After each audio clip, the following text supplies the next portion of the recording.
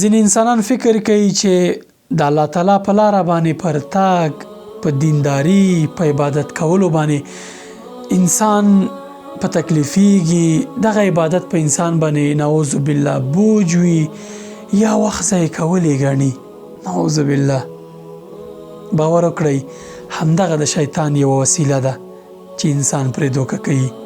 که چیرې تاسې په بهرنیو هیوادونو کې ژوند کوئ، وخت نه لرئ یا جوماتونه یا اسلامي مرکزونه له تاسې لرې دي او غواړئ چې قرآن کریم زده کړئ او په ژوند کې له کړاوونو بچ شئ، میزان اکاډمي ستاسې په خدمت کې ده.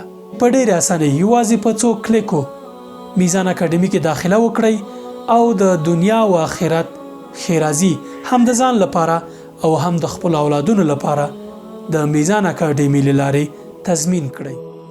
شیطان انسان ته وسوسه ورچوي چې دا خو وخت ضایع کېږي چې ته لاړ شې 10 رکعته مونځ وکړې یا 4 رکعته یا 15 رکعته یا دا عبادت وکړې یا جومات ته لاړ شې یا قرآن تلاوت کړې، نو پر ځای ولې ساعت نه تېرې 2 ورځې دنیا ده، راځه ساعت تېري وکړه. والله شیطان دومره مکار دښمن دی.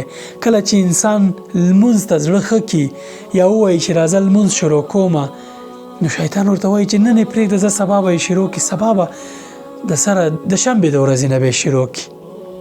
یا کله چې یو انسان غواړي چې توبه وباسي، شیطان ورته وایي چې ته له الله نه شرمېږې، دومره وخت دی په ګناه کې وخت تېر کړی، ځان دی غرق کړی دی، اوس څنګه خدای په مقابل کې درېږي؟ خدای ته نه بخي او خدای به دې هېڅکله ونه بخي، ځکه ته دومره ګناه کړې، دومره په ګناه کې غرق شوی چې نور نو ستا د بخلو موقع نشته. همدغه د شیطان وسوسه د پام وي.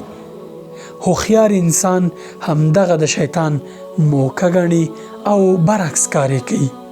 کله چې همدغه وسوسه درته راتله، نو الله تعالی ته رجوع کوئ او شیطان زړه پړک چوي. کله کله شیطان بله وسوسه چې انسان ته کوي دا ده چې تا ته وایي چې ته چې کله آرام وي، خوشحاله وي، له نعمتونو مالامال وي، عبادت دې نه کوه. اوس چې د باندې ستونزه راغلی، تکلیف راغلی، نو اوس عبادت کوي، د عبادت دې کله قبلیږي؟ مه منئ د شیطان دغه د وسوسه، دغه دوکه.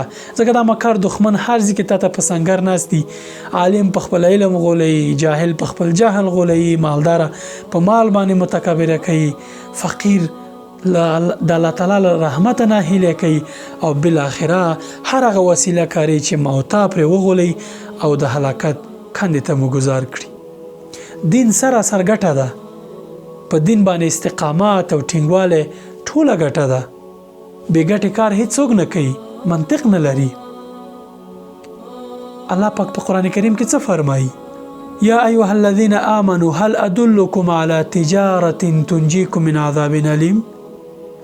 ای مؤمنانو آیا تاسو ته داسې یو تجارت سوداګري در ونه ښایم چې تاسې له دردناک عذابه ژغوري؟ الله تعالی له دغه دینداري، له دغه عبادت نه تجارت تعبیر کوي. داسې یو څه چې موږ تاسې له دردناک عذابه ژغوري.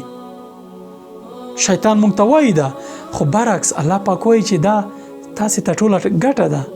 تاسې دا کار وکړئ په بدل کې جنت وګټئ او له دردناک عذابه ځان وژغورئ. موږ ولې عبادت کوو؟ موږ ولې لمونځ کوو؟ موږ ولې روژه، زکات، نیک عملونه، د یتیمانو لاسنیوی، صداقت په تجارت کې، صداقت او رښتینولي، دا هر څه ولې کوو؟ د دې لپاره چې جنت وګټو. خو مقصد شو تجارت شو. زه دا نیک کار کوم، په بدل کې الله پاک ماته جنت راکوي، له عذابه مې ژغوري، له دوزخه مې ژغوري. خو دا خو یو مقصد دی او هدف دی او منطق لري. نو بې د دې خو مطلب، بې مطلبه خو څوک دا کار نه کوي.